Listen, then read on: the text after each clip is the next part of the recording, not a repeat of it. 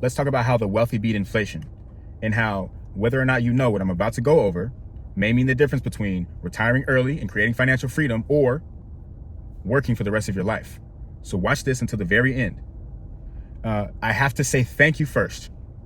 Yeah, I didn't see any of this coming. So the likes, the comments, good and bad, and all of you who have subscribed, thank you specifically.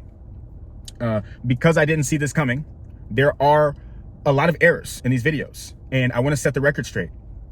The first thing that I want to talk about is that none of this was meant to be about us versus them. Okay, I'm not trying to create division. What does matter is that there's a system in place, and whether or not we understand that system the best that we can will make a big difference in our financial future. So there's not some person or particular group of people to look at and blame for what's going on. You'd have to go back for generations. There have been decisions that have been made for generations that have led us to where we are now, where we have high inflation, rising wealth inequality, and instability all over the world, really. Second, let's move on. I made a statement about how the real measure of inflation is asset prices. Okay, technically incorrect, but the point that I'm trying to make is extremely important. So let's break this down. You have, let's say, the S&P 500 up 8% on the year. So you're invested in the S&P 500, it's up 8%. You also have inflation. Let's say inflation's at 2%.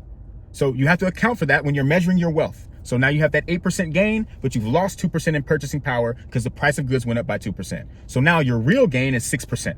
Okay, great. Now the other thing, right, that's a little bit less talked about is the dollar index, or the value of the dollar on a global stage. It's called the DXY or the Dixie. Now, let's say that that goes down by 5%, which is pretty much what's happened since the beginning of this year alone. Let's say that now, right, if your dollars on a global stage are worth 5% less, that's 5% less oil that you can buy from other countries. That's 5% less real estate that you could buy overseas, right? Your global purchasing power has gone down by 5% from that alone. So, okay, you've got 8% minus 2% for inflation. So that's 6%. Now you've taken another 5% out, okay? Now you're really at only 1%. So the point that I was trying to make is that investing, right, is the bare minimum. It's the bare minimum. You have to have your money in markets. So that was what I was trying to say. Let's move on into how the wealthy, right, really beat inflation. So there's 3 levers that you can pull when it comes to building wealth through the markets. Now, the first thing is the thing that everyone focuses on, and quite frankly, that everyone messes up. Everyone is focused on, how do I increase my returns? The problem with that is that if you increase your returns, you are inherently also increasing your risk, which we don't need that to get wealthy, right? In finance and investing, there's this concept called risk of ruin, which is the risk of you blowing up. And that is the one thing that we have to make sure that we don't do, okay? What does Charlie Munger say? He says, the most important thing is to not interrupt the process of compounding interest, okay? So we really do not want to focus purely on increasing our returns, because that also increases our risk of ruin. Great. Second lever, and this right here is what the wealthy are focused on. And this is the thing that you actually have control over, quite frankly. And that is your income, okay? So instead of trying to increase your returns, let's think about how we can increase our income, right? So that we can get more money into the markets. You want to be able to consistently invest.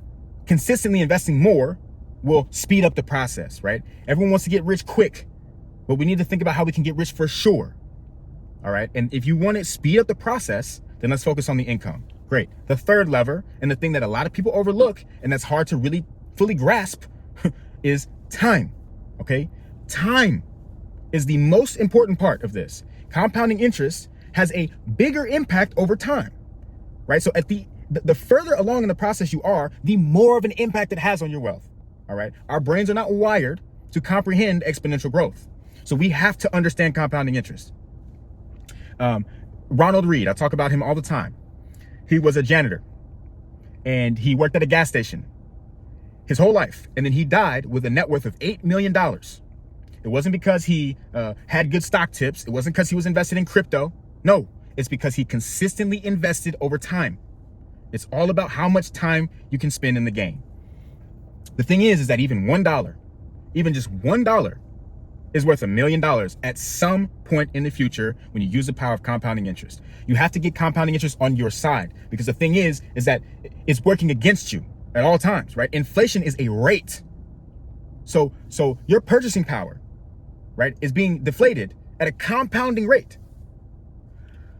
So get compounding interest on your side. That's what I wanted to go over today. So it's not about increasing your returns. You want to make sure that your risk of ruin is zero. And then make sure that like we need to find ways to increase our income. And that's what we'll talk about more on the channel as well. Other than that, that's the main thing. Get time on your side. Be patient and be consistent, and then you'll win. Let me know in the comments what your thoughts are on all of this. And thank you all for this. This is beyond belief.